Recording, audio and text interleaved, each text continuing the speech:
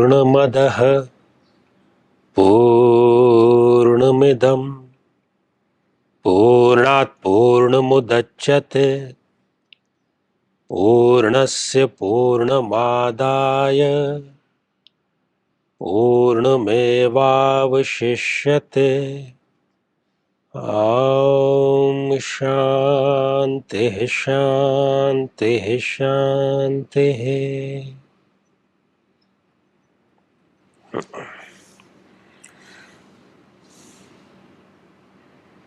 जी प्रणाम। गुरुजी, क्या दान करने का पुण्य मिलता ही है? मैं भी समय समय पर दान करता हूं, लेकिन मुझे उसका अभी तक कोई परिणाम क्यों नहीं मिला?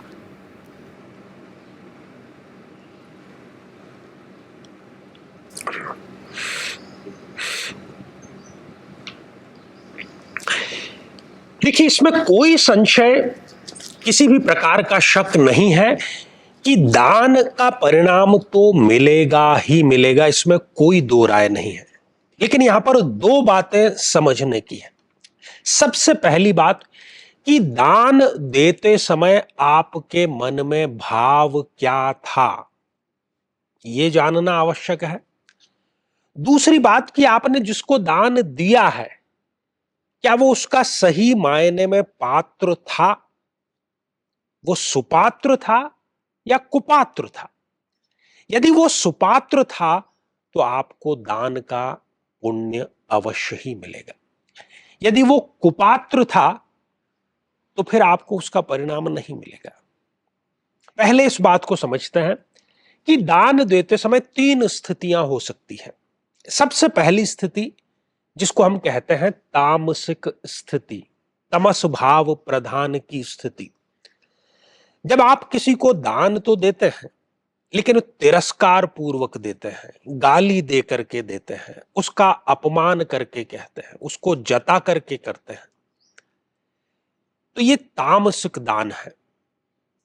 इस प्रकार के किए गए दान का यदि आप कोई प्रतिफल चाह रहे हैं तो वो प्रतिफल आपको मिलने वाला नहीं है।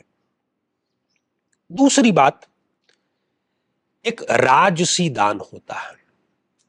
राजसी दान में दान करते समय आपके मन में कोई स्वार्थ होता है, चाहे वो यश प्राप्ति हो, चाहे अपना प्रचार प्रसार प्रशंसा कराने की स्थिति हो, कोई ना कोई छुपा हुआ स्वार्थ आपका दान देते समय यदि है तो वो राजसी दान है, और इस प्रकार के दान का भी कोई पुण्य आपको नहीं मिलने वाला।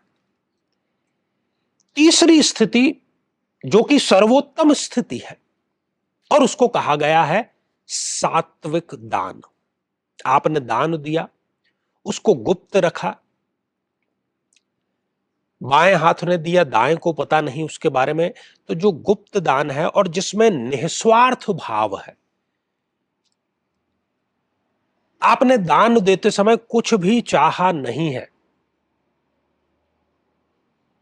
इसी प्रकार का दान सर्वश्रेष्ठ होता है, और ये सात्विक श्रेणी का होता है।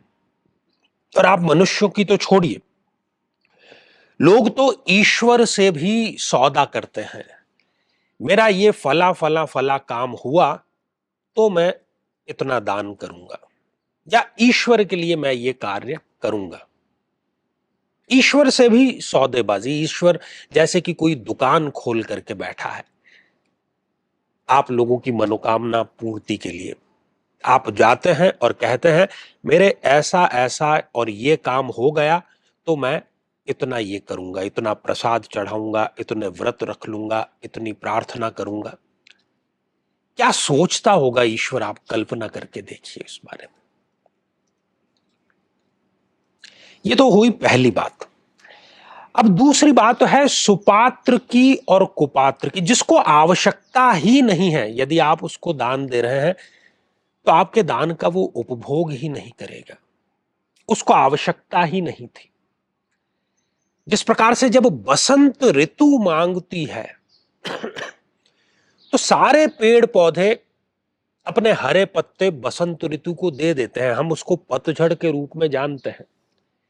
लेकिन बसंत ऋतु को पेड़ पौधे अपनी हरियाली, अपने पत्ते सौंप देते हैं, बदले में बसंत ऋतु उनको नई कोंपले देती है, नए पुष्प, नई कलियां देती है, एक बहार उनको देती है।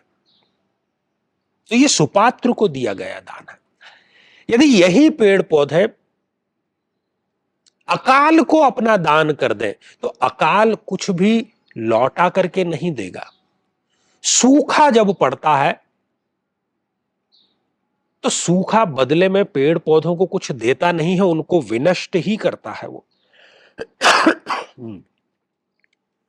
तो प्रकृति का ये जो पूरा चक्र है, प्रकृति की जो पूरी व्यवस्था है, उस व्यवस्था का आधार ही दान ही है। आप अपने आसपास निगाहें डाल करके देखिए तो चाहे नदी है, तालाब है, पेड़ पौधे, सब कुछ दूसरों को ही दे रहे हैं। केवल मनुष्य ही ऐसा है जो केवल अपनी जेब भरता चला जाता है, और घातक है ये ठीक उसी प्रकार से घातक है कि मान लीजिए आप किसी नाव में सवारी कर रहे हैं और उस नाव में एक छेद हो गया है और दरिया का, समुद्र का, नदी का जो पानी है वो नाव में बहुत तेज गति से आना प्रारंभ हो गया, आपकी जान पर बनाई है। क्या करेंगे आप व्यग्र हो उठेंगे, हर वो कोशिश करेंगे दोनों हाथों से नाव के अंदर जो पानी आ गया है उसको बाहर फेंकने का कार्य करेंगे ताकि आप डूब न जाएं, आपकी जान बच जाए। तो जब आपके पास आवश्यकता से अधिक धन आ रहा है, आपकी जरूरतें पूरी हो रही है, उसके बाद भी आ रहा है, तो वो आपके लिए घातक ही है।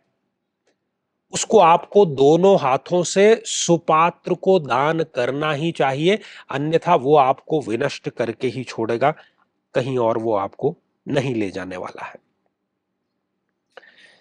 क्योंकि कहा भी गया है कि प्रार्थना हमें ईश्वर तक पहुंचने के आधे रास्ते तक ले जाकर के छोड़ती है, और व्रत उपवास हमें ईश्वर के दरवाजे तक छोड़ देते हैं। लेकिन जो सुपात्र और सही अर्थों में स्वार्थ रहित दान है वो हमें ईश्वर के दरवाजे के भीतर प्रवेश कराता है, और बिना गुरु कृपा के, बिना गुरु दीक्षा के इस प्रकार की वृत्ति, इस प्रकार का मनोभाव, इस प्रकार की विचारधारा बहुत ही बिरले है, ना के बराबर है।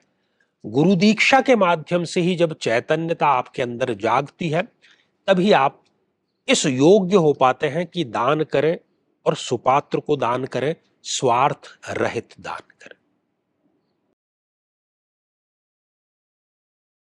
84 लाख योनियों में भटकने के बाद कहीं जाकर ये मानव शरीर मिला है, और जिसे हम भोग, वासनाओं और विलास में व्यर्थ गंवा रहे हैं, जिसका सुनिश्चित परिणाम दुख और पछतावा है ही। जब तक जीवन है सुख और दुख का ये क्रम तो चलता ही रहेगा, लेकिन गुरुदेव के आशीर्वाद से आप सदैव आनंदित, हर्षित और प्रसन्न बने रह सकते हैं। ये एक पुनर्जीवन के समान है। परम पूज्य गुरुदेव आचार्य चंद्रकांत जी से गुरु दीक्षा प्राप्त कर अपने जीवन को सार्थक बनाएं, ताकि आपको अलौकिक, पारलौकिक और सांसारिक सभी सुखों की प्राप्ति हो सके।